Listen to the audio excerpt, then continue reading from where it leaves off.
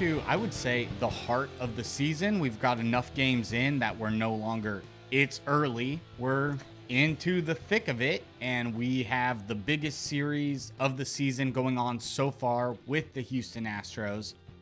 This series is important. We got a lot to talk about, a lot to cover. We're happy to have Bella back again this week. Missed you guys. Thank you guys all for joining us for another episode. Hello, everybody, and welcome back to the Sogcast. I'm Patrick. I'm Garrett. And I'm Bella. Welcome back, Bella. Thanks, Welcome dude. back. Thanks. Yes, this series with the Astros is the most important series we've had so far. Mm-hmm. Divisional matchup, divisional rival. It's big important. We got 4 games. 4 games too on top of that. We got absolutely slapped first game, but we'll get to that in a second. Let's talk about the White Sox series. We didn't sweep. No, we could have. Should have. Should have. But still, series win, a road series win. What's that, 7 in a row? That is 7 consecutive series that's wins good. in a row. On the road. Yes. 7 consecutive road series, Yes. Mm-hmm. which is crazy because we should be slapping at home Nope. and road is kind of, but our home record has been kind of meh. The Blue Jays took it to us, swept us. Going 1-5 on a homestand is gonna hurt your home record. Oh, yeah. Yes. Just a wee bit. One thing, though, that was interesting, between the 3 games of the Padres series and the first 2 games of the White Sox series, the Mariners had only given up exactly 1 run 5 games in a row. The Padres only scored 1 run each game of their series, and then the first 2 games of the Chicago series, the White Sox only scored 1 run. Unfortunately, though, one of those games, game 2, was a 1-0 loss to the Mariners. Well, and my thoughts the Mariners lost to the White Sox. Yeah, and my thoughts after that game was, I was like, man, like I had a moment. I was like, we haven't really seen a 1-0 game in either way, kind of a minute, which is refreshing for us because I feel like last season we had so many of those low-scoring, close games, which makes for really boring baseball. And we've talked about it. It's just boring. And we haven't had that. Not only have we haven't had as many close games, necessarily that, but not low scoring games like that. So I was like, well, I guess this is one. You know what I mean? I was like, it could be worse. But it was interesting to be able to notice that where we had so much more of that before, and thankfully we don't. So yeah. And that White Sox game was weird. It had an hour and a half rain delay. Yep, the delay. And Yep. it was a rain delay. It was cold, it was wet, it was dreary, and the Mariners did a bullpen day that day too. So technically on paper, you could see why the Mariners faltered, but 1-0 losses are still tough, especially to an absolutely abysmal team in the Chicago White Sox. Yeah. Yep. Should have swept. The bullpen day was extremely weird. Yeah, I was trying to kind of game it, see if I could kind of like predict what Dan was going to do, how he's going to deploy the bullpen for an entire game, and I couldn't have been more wrong. I was like, okay, yeah, we'll get Lawrence in there for a couple, Vargas in there for a couple, maybe we go to Spire in like the 5th, 6th, and from there, maybe Thornton, maybe this guy. No, dude. We started with Legumina. Yes, we did. And then Lawrence went and pitched 5 innings anyway. Yeah, he came in the second and pitched from the 2nd to the 7th. And yeah, I completely agree with you. Like, if we're going to have a reliever throw 5 innings, just have him start the game. Why are we starting with Legumina and then doing the opener thing? The whole game was just weird. It was very weird from the start. And yeah, the rain delay didn't help none. Clearly, the Mariners did not feel comfortable playing in the rain and the cold. I mean, it gets chilly here in Seattle, but we got a roof. And there was constant drizzle that whole game, and I think the guys just weren't feeling it.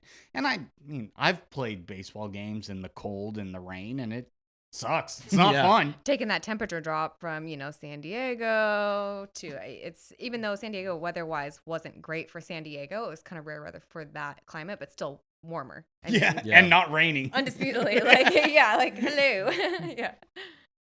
Yeah, man. Baseball is absolutely meant to be played outside, but if you have the option, play it inside. Yeah. Build a roof. Yes. Put a roof on your fucking stadium. We're in 2025. Yeah, dude, what are we doing? There's a couple things I'd like to discuss about the Monday game. Okay. Castillo absolutely dealed, which is also crazy because it was the whole series with the White Sox was slightly rainy and cold the entire time. I've talked many a times about how Castillo doesn't pitch well in the cold. And if you look at his ERA by temperature, that is true. However, he kind of bucked that trend a little bit by going 7 strong on a Monday night in cold and rainy Chicago. Absolutely dealing. Was super impressive. White Sox pitcher was also dealing. Very good. Close game all the way until the 8th inning. The White Sox starter also went 7 innings. Then they put in Boozer, a Seattle native for the White Sox. Cam Boozer. Cool story. Cool story. Cool name. Sounds like one name. Cam Boozer. That's what you thought. Because I was like, who the hell is Cam Boozer? That's great. No, it's Cam name. Boozer. Cam Boozer. But that poor guy came in.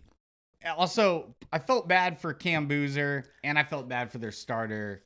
Goes 7 strong, along with Castillo. Absolute pitcher's duel. Yeah. Cam Boozer comes in. Actually, Boozer didn't even start that inning. Their starter came in, let the first runner on. They pulled him, put in Boozer, gets the bases loaded, and Julio. First pitch, grand Adios. salami. So nice. Yeah. He needed that. Love that for him. Second career Grand Slam, I believe. It was, yes. Yep. Clubbed. Yeah. Yep. Just first pitch, too. Interesting thing about that, I saw that the Mariners have 20 first pitch home runs this year. Yes, we've had a lot of first pitch home runs, which I'm loving every minute of it. That's so excellent. Yeah. JP will do it. He's done it a couple times, yeah.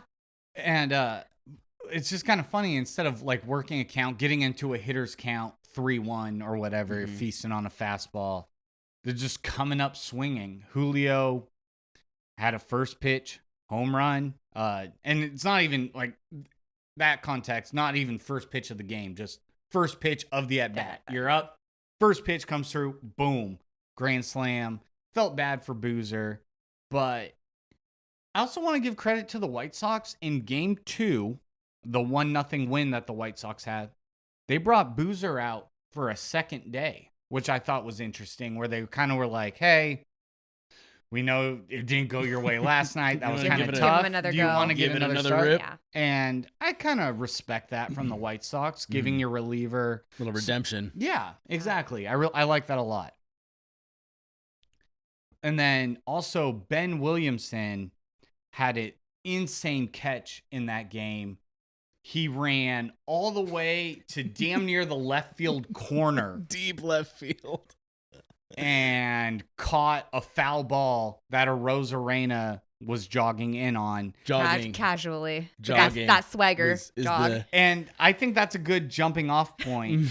Can we discuss Randy Arozarena's lackadaisical is how I would call it. Swagger. Cavalier, yes. And he's not the only player that I think it got harped on. I don't know if we said it, but about Julio for a second. I'm like, oh, I feel like he's not really hustling as much. And all of a sudden you start seeing him hustle. I'm like, did somebody say something? Did you start reading online or what? But Arozarena definitely does have that. He's got that chill swagger, almost that Robinson Cano, just kind of a, and I'm like, okay, that only gets you by if you're doing some dope shit. Otherwise, ain't nobody got time for you to be gallivanting, is all I'm saying. You are so right. Could not agree more. Because when it works out for him, he looks like a badass. Like, all right, dope. But when it doesn't work out, he looks like a dumbass. You look like a tool with a big chain. Yes. On a 3, yeah, exactly. Also, how these guys wear these chains and do their job is bananas to Got me. the big old donkey rope. More power to you, but I don't know how you do it. 3-1 count, takes a pitch and starts walking, and it's like, nope, that's a strike, dude. It's a bad look. If it was a ball and you're already on your way to first, you kind of do look cool. But when it doesn't go your way, you look like a dick. Also, I really want to harp on that because a 3-1 count is damn near the ultimate hitters count. Green light. Yep. Yeah, like 3-0, there's a chance that you're taking because you want to work the walk. You'll see, I mean, every hitter on every team will take a 3-0 fastball right down the middle because they don't have the green light and you don't want to swing at some bullshit that will be ball 4. 3-1 Swing is the ultimate hitter's count. You're looking for a fastball in the zone. And the amount of times I have seen Randy do his cool, I'm just going to walk to first base as the ball crosses on a 3. You want to do it 3-0, whatever. It's still a little douchey, but I get it. But 3-1, that is your chance to really put a good swing on the ball. And he cares so much about looking cool. And it's really starting to wear out its welcome with me. If I was an umpire, I'd be like, I don't know if I would call it. I mean, if it was the close one, I'd be like, I don't know if I'm going to give it to you just because of and that happens. Your ego on it. Your ego on it. Like the fact that you wanted to already assume the call before I made it. Nah. Which, I mean, depending on your umpire and their personality, you're very much going to get that response and reaction. 100%. And I've also noticed it not only on the offensive side of the ball, but the defensive side too. If there's anything kind of hit to the side or whatever that Randy Arozarena thinks is going to be a double, it's 100% going to be a double because he does not hustle to the ball. He jogs to it. He throws it in. Oh, it's a double. Stand up double. It's a double because you let it be a double. And what I think not everyone understands, anytime you make a player work harder can benefit later in the game. So if you're making the guy hustle out of the box and slide into second, that is stamina that is not going to be there in the 8th inning, right? But because you let him basically walk to second because you're walking to the ball, that is the outcome already. That's energy saved. And baseball is like a chess game. You gotta, if you work it early, something could work out into your factor, in your benefit in the 7th inning. So it's a 3rd inning ball hit, not even to the corner, just slightly left of where Arozarena is standing. You walk to it. That's energy saved for that hitter. I'm tired of, it's not cute anymore. No. It was cute if it works every time or if it works most of the time. But if you're trying to stunt and you have a 25% success rate, it's not stunting anymore. It just is stupid. It's lazy. And yes. it's almost giving me like Coach Carter fluff. It's like just you're out conditioned versus the other team. You're not always necessarily the best, but if you're out conditioned, that at times will win you the game, regardless of the sport, whatever, So it's like, again, you're wearing the guys out. It's like, we're going to play longer and harder than you. You're going to be gassed and you're going to be taxed later. And we're not. So it's that same mindset, like getting into the other side. And if I was on the other team, if I hit it to Randy, I'm taking 2. I'm not even going to think about it. Yeah, I'm running to second. Every single time. And you know what I might do? I might pull for 3 because I know his ass is chilling. And if I see him look away one time at me, baby, I'm taking 3. I'm taking 3. You look at Julio and give him a little one time, and I'm out, bro. I'm scooting wheels and I'm at 3rd. Yeah, I'm in a second standing for sure. Yeah. You don't have to try that hard. Yeah. Well, yeah, I still like Randy a lot. No, but I don't know. Just wish he would hustle. I wish he would hustle too. Someone put the little bug in his ear, like, hey man, hustle. Somebody needs to say something. Yeah. Yeah, if he just picks it up a little bit, then I got no issue. But right now, that's the issue. I personally, for me, I don't know what's worse, the stand-up doubles or pretending that you're walking to first on a 3-1 count. Both of them are grating on me. And Arozarena is still a fine player, but I don't know. He's wearing out his welcome with me a little bit. I only bring so many good vibes to make up for shit. I'm starting to get a little tired of it. Yeah. And there's another guy, Tavares, that we've picked up from Tacoma. No, not Tacoma. Texas. Sorry, Texas. Yeah, Tacoma, Texas. Both the Wild West. I had T on the brain. My bad. Thank you. Good save.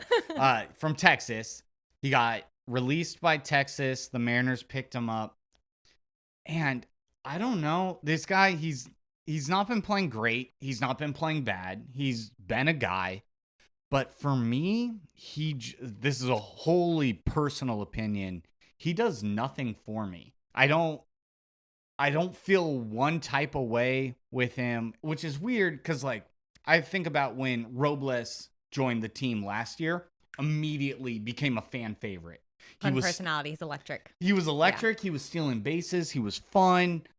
And Tavares even had the eventual game-winning home run. Mm-hmm. His first home run with us. Yep. Yeah, in the Chicago series in the third game. And two huge late-inning home runs, one from Cal in the 7th to tie it, and then Tavares to take the lead in the 8th. And that was a huge moment, and I just felt nothing. For me personally, I just feel like he's a placeholder until we get healthy, and then we're going to see him hit the bricks. But he hasn't done anything really to make me care. No, I mean, I agree with you. There hasn't been any major spark with him, and it definitely was like, well, let's see what this guy does. Let's see how he acclimates with the team, how, you know what I mean, how he settles in, and kind of giving him that grace. You know, hey, just joining a new team. He's never played for anyone else. He's always played for Texas. He's never played that position. Yes, he played outfield, so it's not like it's huge, but he's never played, I'll give him a little grace. Settle in. See what's popping. And it's been It's just been mediocre. It's been mediocre. I did listen to his little post-game interview after that first home run. That, I guess, maybe warmed me up to him a little bit because it seemed like you could tell like he's starting to relax in. Like he's like, okay, like, yeah, no, I'm starting to get the groove with the guys. I've been working with the hitting coach and I'm starting to get my swing. And he's like, he seemed excited. It's like, no, like I'm starting to like, and I was like, okay, I like that. But TBD, because it's like if you're still going to be mediocre, then yeah, you absolutely are just a placeholder because we have several guys waiting for their roster spots that will be coming back at some point. And so figuring out whose head's on the chopping block, because there's a few people who very well could be on that, when our guys get healthy again. So Donovan Solano. I don't remember who it was, but one of the announcers the other day was really giving Solano some praise, and I was just like, what are we doing? I was so confused. I was like, are we talking about, did I miss maybe who you were talking about? And I did not miss who he was talking about. And he was like talking about how much he brings to the club, and I'm like, I don't. Was he bring Old Country Buffet? Yeah, I'm like, what am I missing behind the scenes that he's bringing to the clubhouse and that he's doing for these, like, what old man vibes, what like veteran vibes that these guys really need? Because I feel like I don't see anyone humming and hawing and shooting the shit and having a good old time like all the other guys are asking making him for avocado or putting seeds in avocados and doing all this crazy shit and just having a good old time. I don't see anyone playing, having a good old time with Donnie Barrels. So I'm just like, what are we doing right now? I was so confused. I see where you guys are coming from. Not about Solano, of course. Yeah, no, you've been on the obviously. Yeah. But Tavares. Yeah, I think he's a fine placeholder.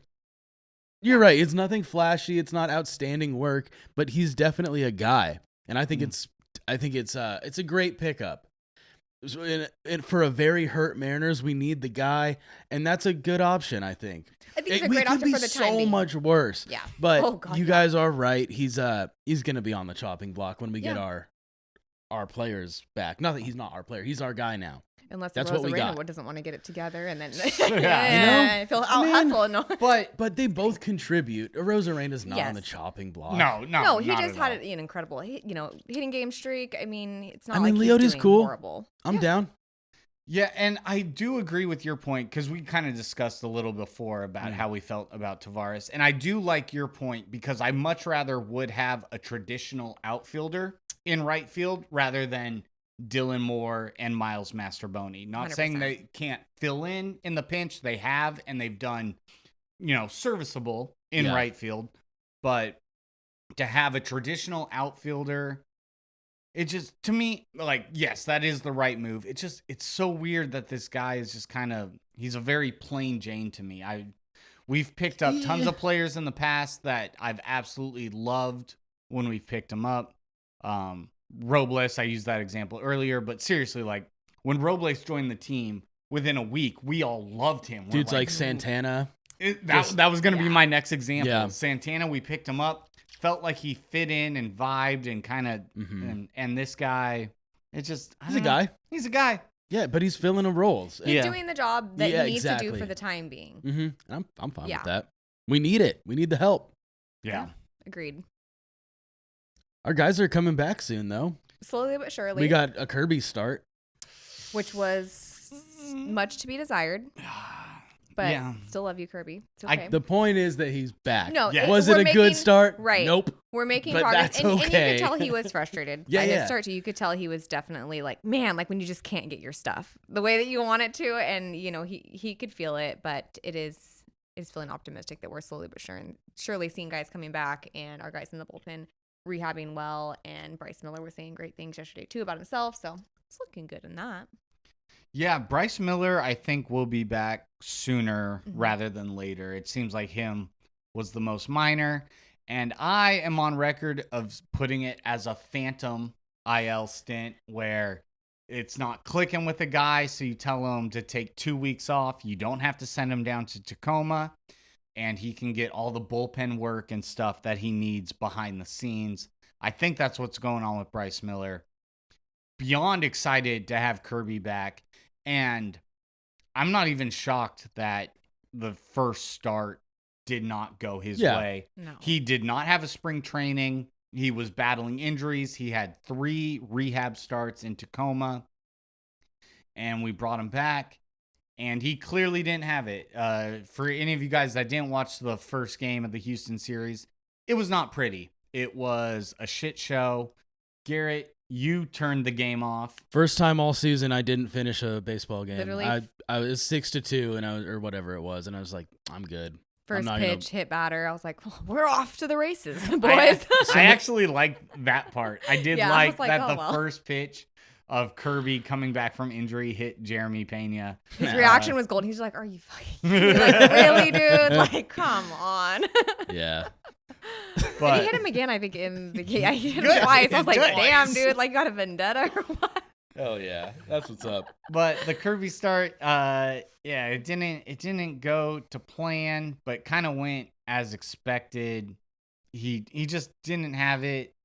Yeah, my notes for the game was I turned the game off. I was so mad. I was just having a bad day, and I didn't feel like sitting through it. Somebody later in the evening asked me what the final score was, and I was like, don't know. Don't really fucking care. It was like 9 to something. 9 to 2. 9 to 2. Miss me with that getting your ass kicked by the Astros bullshit. Yeah, Mr. Altuve. I was so mad. No. I was super fortunate. I was at softball last night, so I just had the game playing on the radio through my phone. Listening to Buhner? Yeah, actually, I was stuck in traffic. Looking for your chapstick? At the start of the game, so I got to hear like the first inning and a half of Buhner on the radio, sounding much better. He was good. Yeah, he was great. Very, seemed like he was more excited to be there. Like, you know what I mean? He genuinely wanted to be there a little bit more. Well, and where he's very like, Well, I think he see what I'm always gonna say wanted today. to be there. It was just the words coming out of his mouth were not. he didn't want to be censored. I mean, that's the thing. He didn't want to be censored. He doesn't want to be told what to say. If he feels some way about something, he's going to voice it. And I love that about him, to be honest. I think in the past, he's been a little bit of a wild card. It kind of seems like he walks into the booth like, what's up, boys? And he'll openly say, he's like, you guys might not have me back again after tonight. Like, he knows. But he was pretty reserved. He had a lot of great things to say, too. I liked it. Yeah. I like the reeled in version of Yeah, Buhner he's a little reeled bit in, more. and I think he realized that this is probably his last chance. The Mariners did have him on the broadcast. Oh my God. They had him as kind of a recurring staple. Anytime you go to Texas. Like 5 years ago and stuff. And I remember it was when the Mariners had that amazing comeback against the Padres. When the Mariners were down 12-2.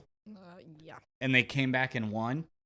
And they had Buhner on the broadcast the next night, and that they were trying to explain to him that the Mariners' winning percentage going into that 6th inning against the Padres game was like 2.9% or something like that.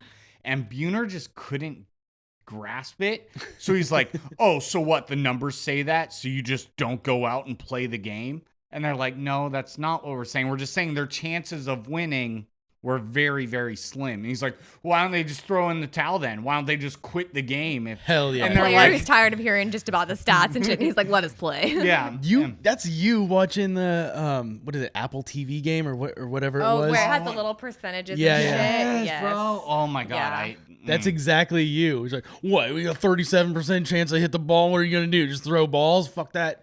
That's But but I think Buhner's inability to adapt to stats Called out. is what hurt him.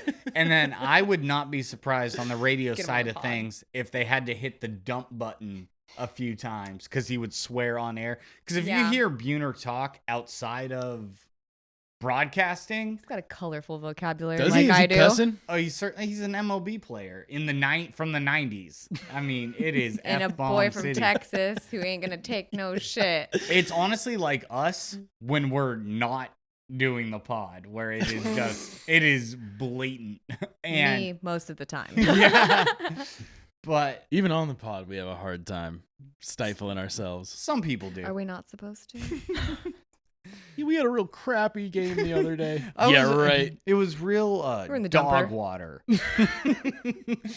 But I think he's now learned from his mistakes. He's back on. He's reserved. They've brought him back a couple times this year. I remember when they brought Buhner back during a series. He had back-to-back games, and I remember Angie and Goldsmith being like, "Well, you were so well behaved yesterday." That's like, awesome.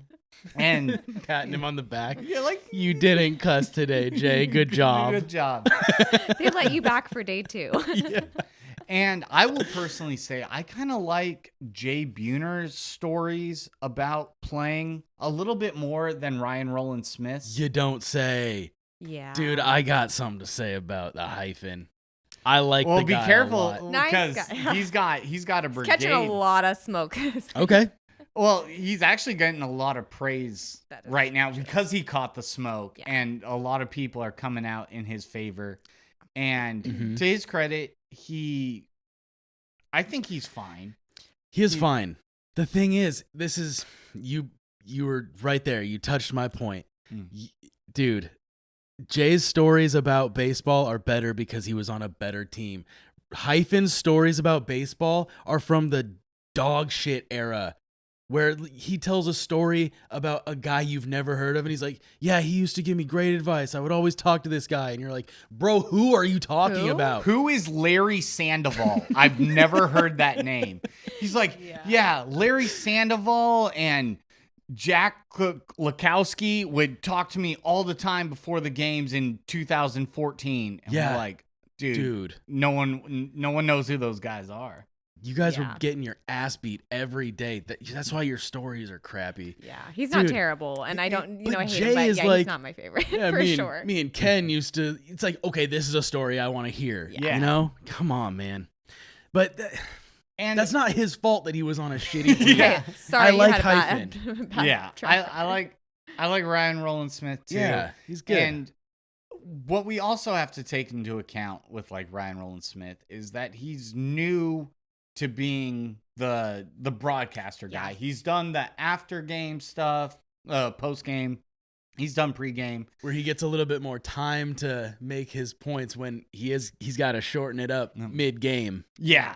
And that has been our biggest issue. I feel like Ryan Roland Smith tends to ramble a little bit. Like Goldsmith will set him up and ask him a nice, easy question, 3 at bats later, he hoping gets to the point. get it done Yeah. in the at bat.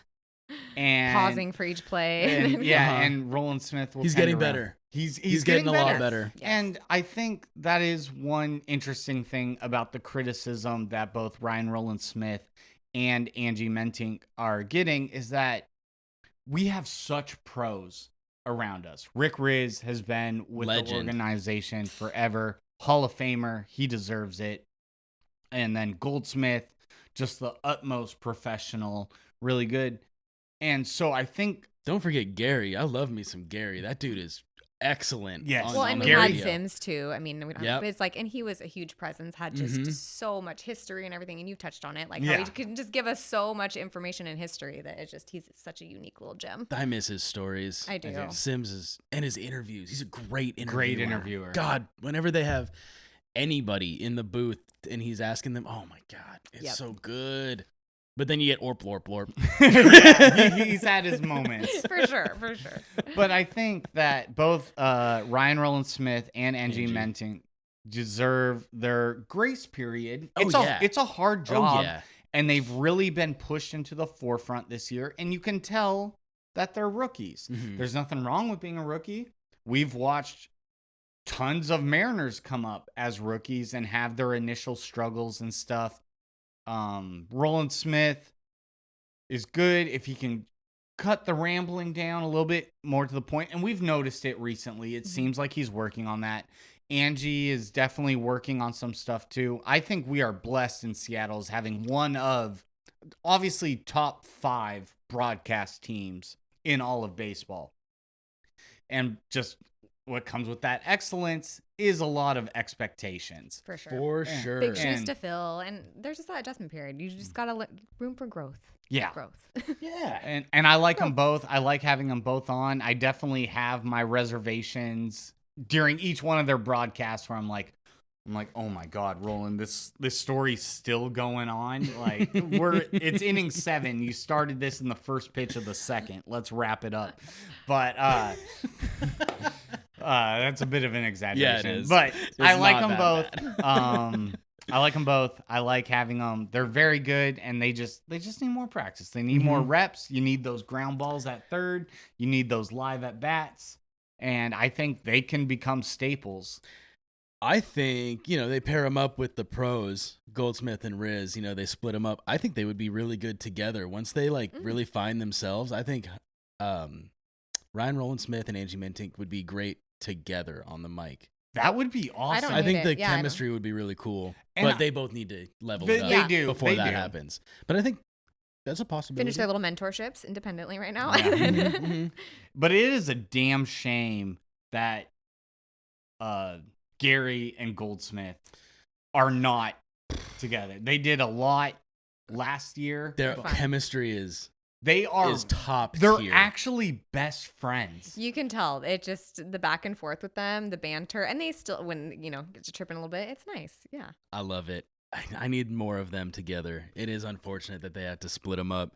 There was one time that I thought it was so funny. Gary Hill was opening a pack of Rainier's cards.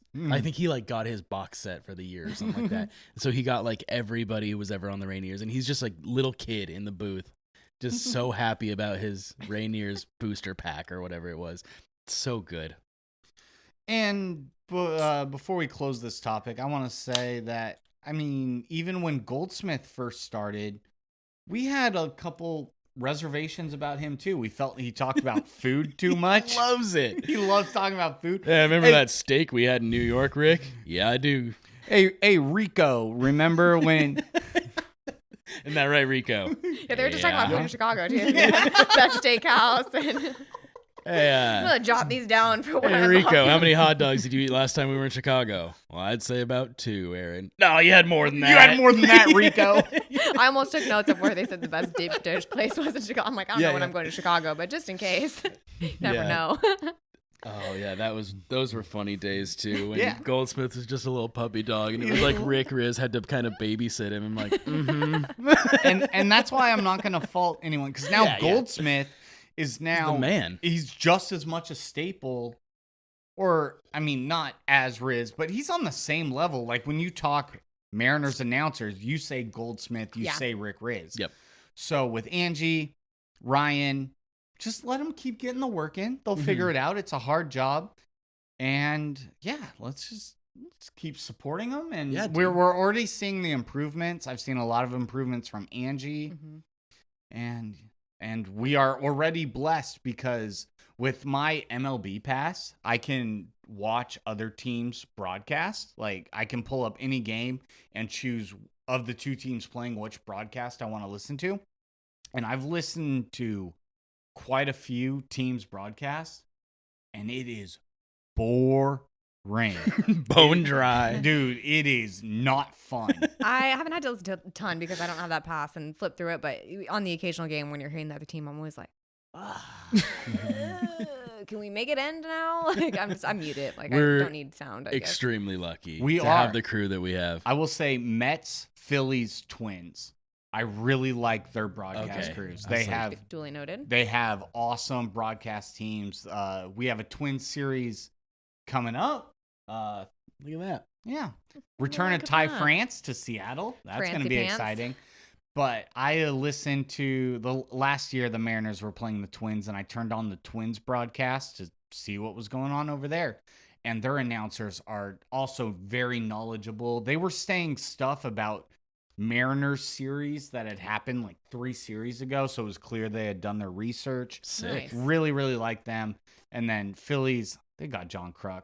What more do you need to say right there? And then the Mets are also very fun. Yeah, so there are we're top 5 for sure. And cut your announcers a little bit of slack. It's Yep. a hard job. I wouldn't want to do it. Be tough. Shit, better than me. Like, Yeah. my name's Bella. This is baseball. Yep. Speaking of baseball, going back to the baseball side of things, there is a little concern I have about Andres Munoz. And it's not about his ability, because his ability... Sorry, overuse of him, perhaps? That is my worry. Ding, ding, ding, ding. The overuse. You don't like the 4 I don't even have a problem with that. 4-out saves or No, whatever? it's every freaking. It's like, hey, we get in a pickle. Well, guess we've got to use Munoz tonight. And it's like, dude's a workhorse and he's gonna keep doing it, but it's a long season. It is. Even though he doesn't throw a lot of pitches, because his closer doesn't throw a lot of pitches, it's a long season. We do not need to overwork that guy. I think about it every time we go, especially when I'm seeing back-to-back nights. I'm just like, oh. Well, and we had an issue with that with the first game of the White Sox series where Julio hit his grand slam. We were in a comfortable lead, and then Troy Taylor comes in. Troy Taylor comes in, gets rattled, gives up a run, gets action on the bases, and so now we have to bring Munoz in to get the save, which should have been a night off for him. Yep, 100%. And the issue I have with that is, look what happened with Edwin Diaz for the Mariners. He had, 56 saves for us? Something insane. 43, 56 saves, something like that. Some absolutely insane number. We traded him to the Mets, and he had a full down year for the Mets because of the overusage that the Mariners gave him in the season previous. Yep. And maybe Andres Munoz just needs a cool trumpet song. Maybe. I mean, Munoz's intro is pretty dope. Yeah. They got the lights going and stuff. Yeah. But I am just worried about the overuse, and that is the problem with the Mariners. I mean, staying within 3 runs in every game, so you got to bring your closer out. The dude is balling out of his mind, though. I feel the same way with Cal sometimes, too. And I mean, dude can get it done, but you mentioned it's like the one day dude gets a day off, and we still end up having to bring him in. You know what I mean? It just, they can do it, but should we be doing it is the question. I feel like you have to try to convince Cal to not play baseball. And though. I don't like, that's agree. work in He's itself. hard. But you got to save him from himself. Exactly. Yeah, Your yeah. job is to like, look, dude, I know you want to be the guy and do it, but you got to take a We signed you for how many years? Yeah. we need you to stick around for a bit, okay? Yeah, you can't play every day anymore, bro. Not to divert from Munoz, but just kind of the same No, thing. Like, it's you know what I mean? still Overworking a guy. on topic, but I think it's just slightly different with Munoz, where you lean on him too much, and it's not that he's like, put me in, I'm playing every day. I'll do whatever you want. I go out here and I'm here to win. The dude is a like fucking the nicest gangster. guy. One thing, Lethal. Another thing that is also interesting is Munoz has recently just made comments about how he likes his role as the traditional starter, which Closer. Yeah, thank you. Sorry, fumbled. That'd be wild. He comes out, I'm actually a starter, guys. But as April the traditional closer, because Scott did not always use them that way. He would bring him in the 7th, the 8th, 4-out saves, 5-out saves, 2-inning saves.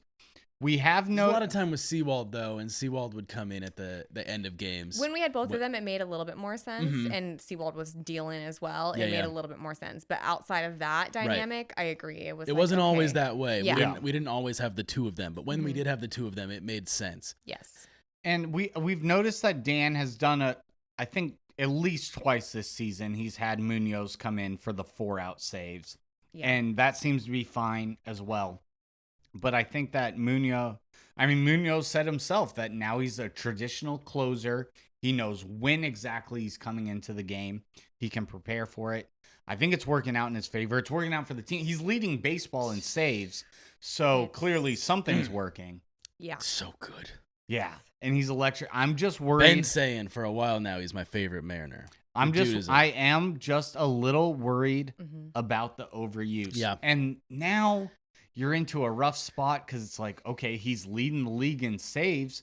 Do you want him to like be the save leader for MLB? That's important. That's more money in a player's pocket. It's stats. You'll be remembered. You'll be in the record book. Yep. You'll always be known as the 2025 season closer with the most saves, Andres Munoz. Mm-hmm. But if we're getting later on into the season and it's game 2 of a series and he saved the first one and you want him to go back to back, I mean, Brash. Yeah, I was gonna say, truth is, I was like, who else is, if Munoz isn't available, who's our next most lethal option as a closer? Matt Brash. It's Matt Brash, and he's just getting back. And I love Brash. I miss the hell out of him. Oh man, it's brutal not having him, but he just got back after not playing for so long. Right, you got to give the guy some it's like time. we just got to see how consistent is his ability going to be. It's been good. His stuff's been good since he's been back, but hopefully it maintains, right? So it's like, then it's nice, and we can have that balance, right? It gives Munoz a little bit more of a break. We have somebody else to depend on. But before that, I mean, Gabe Spire kind of, but not really an official closer, you know? Yeah. So it just More kind of of a that. setup. Yeah, he's the in between. We haven't had anyone else that we can just really feel confident and depend on besides him. And that's, like I said, it's leading to the overuse of him. No, Yeah. we do lean on him pretty hard. I mean, And he's our one guy. performing every time. But he's our one guy Mm-hmm. that, he's a singular entity. It's not with your offense, you have this whole next man up mentality. You really do work as a whole team. But for Munoz, it's just him out there. Mm-hmm. And we need him to do one specific thing, And that's really tough for the guy. The overuse could really hurt us down the line. And Knock on wood, it doesn't. And that Brash really, you know what I mean? With him being back, that we start to not see as much of that maybe we see a little bit more of that staggering for him. Well, and we saw the problem with Matt Brash. We used him. He threw Then he was out a whole season. he threw like 73 innings. He was the most used reliever in baseball. And then what do you know? Next season, Tommy John. Bing, I was bang, having boom, that hamburger feeling time. about Brash right before it happened too. I was like, man, we were using Brash a lot, and then that happened. Yeah. So And we saw it with Edwin Diaz. Edwin Diaz didn't need Tommy John, but he was not the same person. He's bounced back since, but there was a year of essentially, I mean, it's kind of borderline Tommy John recovery time. It took him like a full year to get his arm strength and stuff back to where it was before his trade to the Mets. But with Diaz, we got a Scott Service mustache out of it. Maybe Dan needs a mustache. oh boy, that'd be a look I feel like he could pull it He off. could rock it. for sure. Yeah, man. I love Andres Munoz. I don't want that to come back to No, bite I don't us want to later give any. down the line. I don't want to That's give the any thing. bad juju on that for sure. Yeah. Like Well, It is but just what we're saying something- though. You got to be careful with your usage of him. Yeah. Make sure that he can pitch Take care of into your guys. October, dude. And hopefully we just keep it limited and stop the long outings. There's an example. So like when Mike Tyson first started coming up as a heavyweight boxer, like most boxers maybe have 1, maybe 2 fights a year. But because Mike Tyson was so dominant and knocked everyone out in the first round in a minute, he was having 7, 8 fights a year. Like every couple of months, he would bang out another fight. so intense on your body, the training for the fight. It's not the fight, it's the prep for the fight. So if treating Munoz like Mike Tyson, if we can keep him to the 7 pitch saves, 11 pitch saves, right? Boom, bing, bang, boom, get out, hamburger time. Get in, get off, get out. Yeah, but if we can, so for example, with the Troy Taylor coming in, and having to put Munoz in for the save on that Monday night game, Munoz threw, I think, 4 pitches Fuck yeah. to get the save. I think it was 2 strikes, a ball, a foul ball, ground out, game over. Mm-hmm. So if we can keep him at least limited in that capacity, that could help a lot. But still, the preparation, the warming up, the getting game ready, getting that arm, game speed. Still a lot of pitches thrown ultimately, even if in the game it's only X amount, you still have to warm up so many, Yeah, that's still 4 pitches that Yeah. you could have avoided. Yeah. Well, Yeah. and then you add the warming up. So Yeah. 20 pitches warming up, Mhm. Yeah. 4 game speed pitches. That's 20 pitches at, 80 to 100%, and then 4 pitches at 100%. That is taxing on your arm. Mhm. Yeah. So if we can keep that in check, and Well, Taylor got sent down. thank God. That dude was- pitches with such intensity, but his command ain't good. I'm beefing with all of the T relievers. Troy Taylor, Trent Thornton, just, Yeah. I don't know. I don't care. I don't care about them. Too inconsistent. Yeah. Yeah. And Thornton was on a tear. He kind of fell off. He's had moments. But Yeah. Again, And it's that's inconsistency, relievers. He's had because really when he's important- on, he's great. But yeah, then when right. he's not, Exactly. it's He's not. had really important moments for us, but Him lately and it his seemed spectacles, is in his turtlenecks. yeah, what a guy. I like him. Oh. And then Casey Lawrence, that Poor poor Casey bastard. Lawrence. God. They showed how many miles on Tuesday's game. He's put in over 12,000 flight miles, which is over halfway around the globe. It's like about equivalent to halfway around the globe. And that's Wild. and that's just his major league traveling. Yeah. That's not him when he's down in Tacoma Yeah, that's riding bananas. the bus. A couple months into the season, that's wild. Was he like 37? 37 years old. Riding and, the bus. and he gives us You bum. No, So- just kidding. No, he's cool. No, all respect to Casey Lawrence, dude. So I also have a huge issue is like he's proven himself as an innings eater. He can throw 4 or 5 innings easily.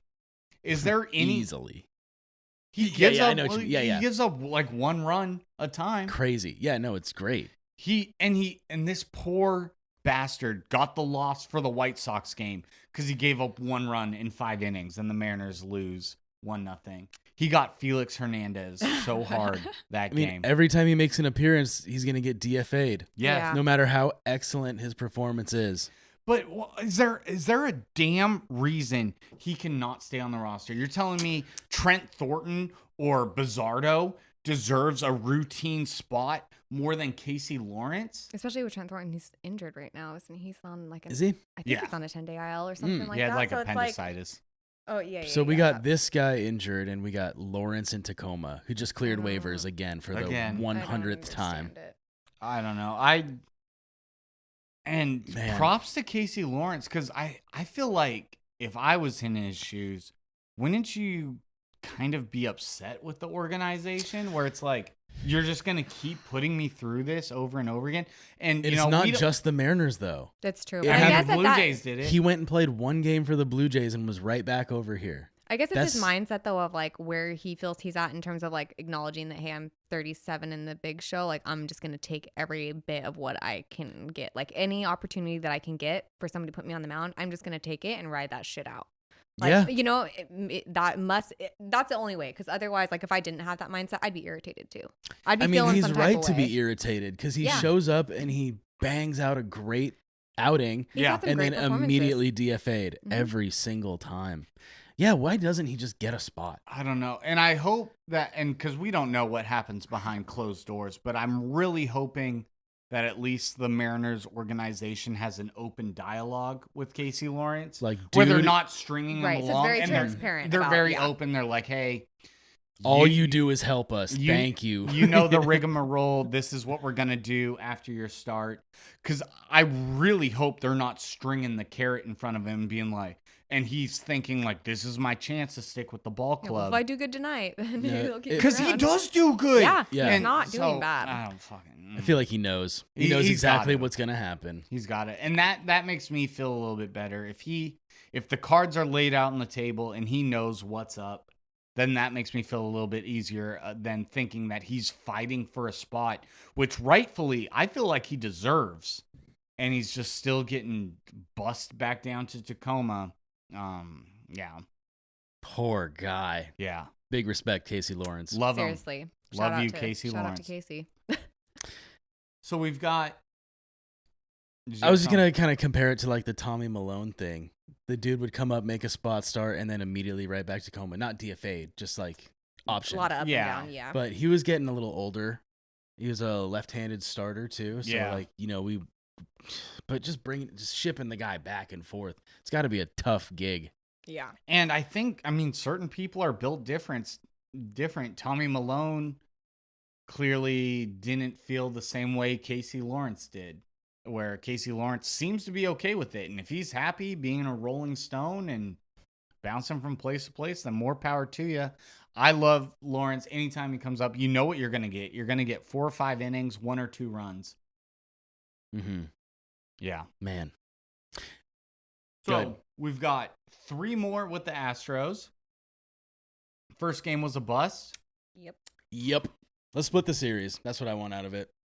Yeah, I'd be get a happy win today? with that. I'd love to have the next 3 games would be great, especially because like we talk about, these games being earlier on in the season, they matter so much, especially with our division rivals. So having 4 games, an opportunity to take as many as we can now that we've got that first one out of the way that we clearly didn't want, and see if we can get 3. But yeah, even if we split it, I'd be happy. I'd be very happy with a split series. Yeah, and that's kind of what I'm hoping for now. And if you think about it, split series on the road with a tough team in a tough ballpark. It's in Houston, dude. We're bad at rolling into Houston and winning ball games. We are. It just isn't our thing. So let's go for a split the series. That's still a hell of a road trip. What is that? That would be like a 7-3 road trip. Yeah, I think so. Yep. Quick math. Padres 3, White Sox 2, split the series with Houston. Yep. Yeah.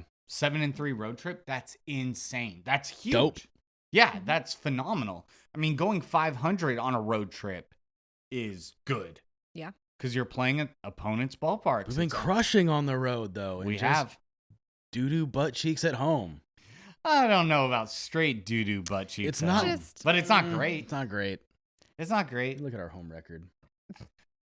And then wrapping up the 4-game with Houston, we finally get to come back home. We play the Nationals, which I don't even know who's on the Nationals right Me neither. now. I think I'm gonna go to one of those games, but I don't know. I'm going to a Twins game. I'm excited. Got to cheer on the boy. Fan favorite, Ty France, coming back into town. Throw your Come bat play in the first base garbage for again. us. That was so sad. I loved it. It was so funny. I was not upset when we got rid of Ty France. I don't hate him. I like Ty France. He was not doing very well when we got rid of him. The thing So, is, to good. get rid of him and have who we have now, Yeah. chaps my ass. So if we would have got rid of him and got someone better, younger, great. But the fact that we switched him out to platoon these clowns is a hard pass for me, my friend. Whatever. Throw your bat in the garbage again. I'm really excited. I think I'm going to a Twins game. I really hope that Ty France gets the love when he returns. I think he will. Yeah. I know that when Arizona came into town last year, they pulled up video packages for Eugenio Suarez, and the crowd gave him so much love. He tipped his cap. Good. He got applauded every single time he came up. I went to one of those games. Yeah. So, great. And if my memory serves, I think in the final game of the series, he actually hit a 2-run home run that beat the Mariners. That's a fact, Major. and that was a tough one because it's like, we love you so much, but also now you made us lose. Yeah. But I really feel like Ty France will also get that love. I really hope to see it. And there's a reason why a lot of players, Jesse Winker excluded, love the Seattle fan base.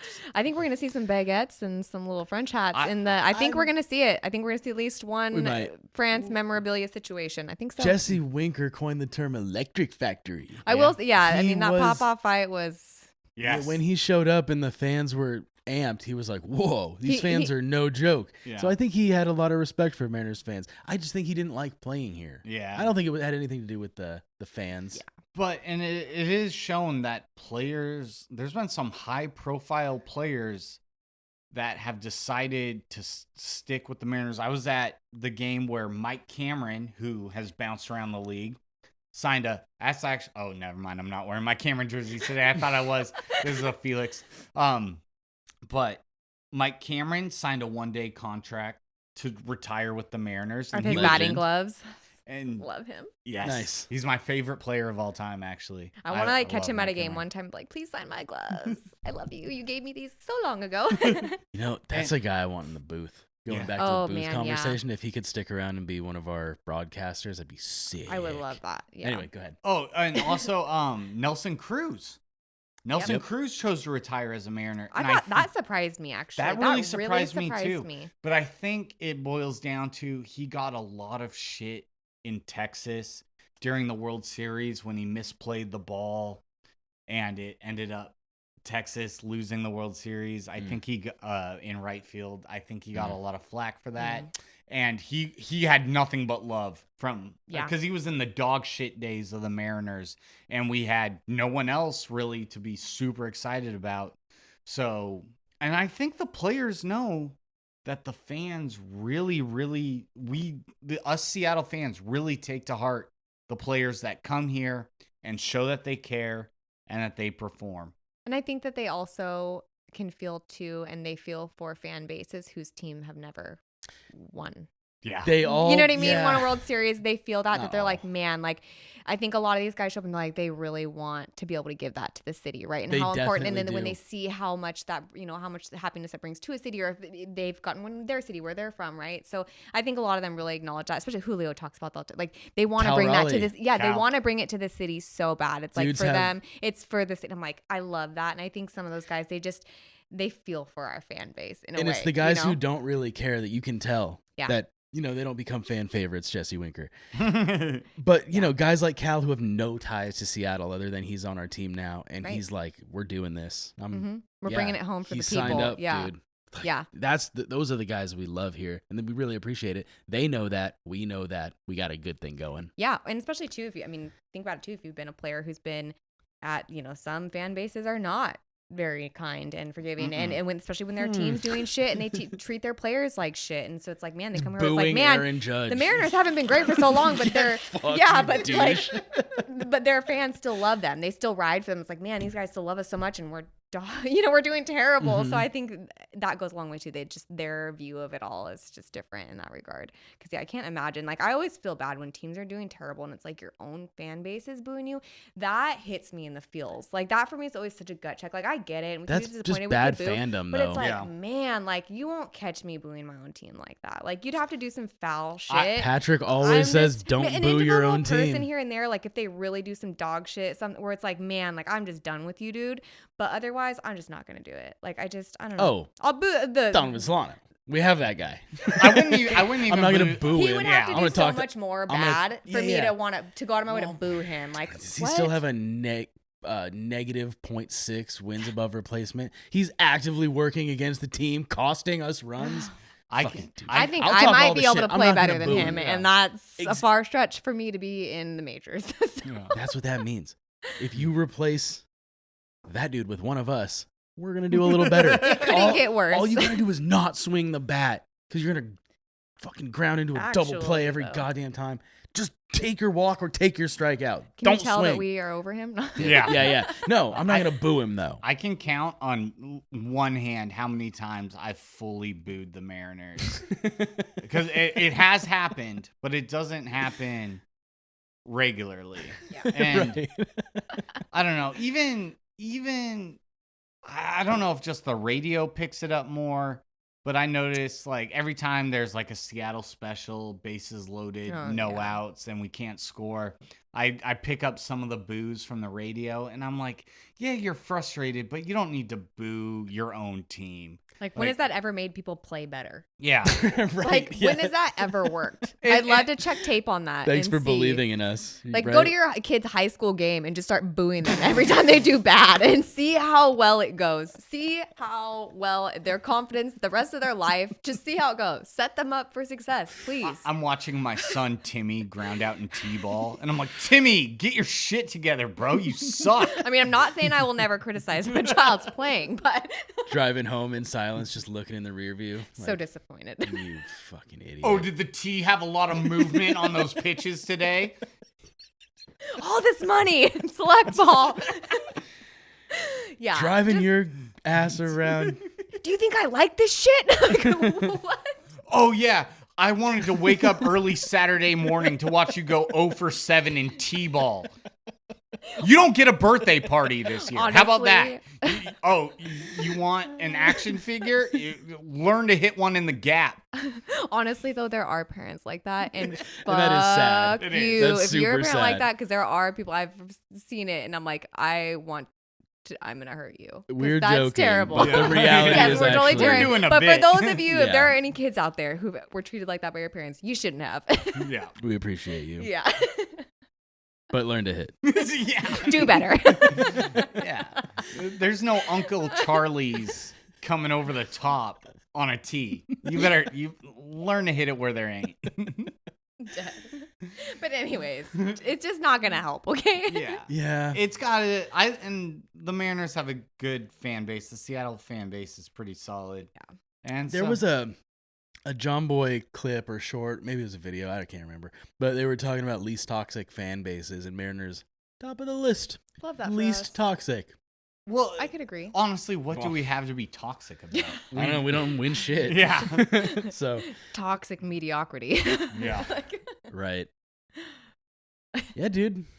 I think like Rockies and Orioles were up there too, of just like good fan bases that don't offend anybody. Aren't trying to fight everyone Yeah. all the Just- time. we're just here to watch ball and have fun. You're not showing up to throw hands like at a Dodgers game. It is funny. It's all the shit teams that have good fans. Funny how that works. Yeah, right? Humbles you. So we've got this big Houston series, Mhm. the most important, and then it will be nice to come back home. This is the first really elongated road trip the Mariners have had Big one. this year. Very long one. I think there's only 2 or 3 throughout the year where you look at the schedule and you're like, oh God, they're on the road for almost 3 weeks. Jeez. There's ones coming up in the next couple months, but this is the first big one of the year. Let's hopefully we come out on top of it and it'll be nice.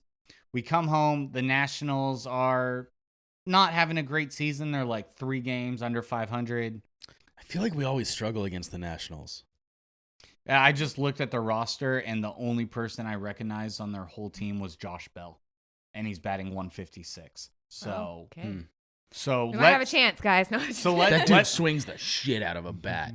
God So- damn. so let's bring those home numbers back up. yeah. And any Ty France fans out there, come to a Twins series and cheer on your boy Ty France. Let him know that he was loved here in Seattle and that we miss him. Maybe and I'll go to game in both series just because.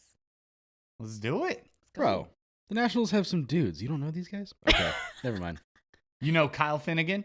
CJ Abrams? I mean, Mackenzie Gore? Okay, whatever. Minor details. Yeah. Minor league team. Then we should sweep, right? That's always the goal. Are the Twins good? Yes. Damn. Yeah. Oh, yeah, they are. Yeah. Although really good. I felt kind of bad for the Twins. They went on a 13-game win streak, including 3 shutouts in a row, and they're still in second place. Brutal. Which, because the Tigers Are just in the Central are insane right now, and they're quietly doing it. Mhm. I'm not When hearing we're a lot talking about about them, like the great teams in baseball, the Tigers aren't really brought up, and they are. They kind of should be. they need to be. Yeah. And, yeah. And I feel like Detroit, Seattle, kind of these big cities but small market teams, don't get the recognition they deserve. Where somewhere like L.A., New York, Mhm. even just like East Coast, Boston, Philly. Yeah. Those teams are always talked about. I feel like Detroit gets left out. We get left out.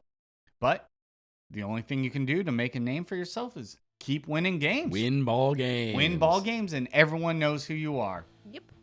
So let's take this series or split this series in Houston. We'll be realistic. Either one. And then we'll come home, win some games, and let's just stay in first place. It's been kind of fun. I like That's it the here. goal, yeah. I like it here. Yeah. It's comfy. So let's keep that going, and we'll be back next week to talk to you about more Mariners stuff. Thank you all for listening, and as always, Go Mariners!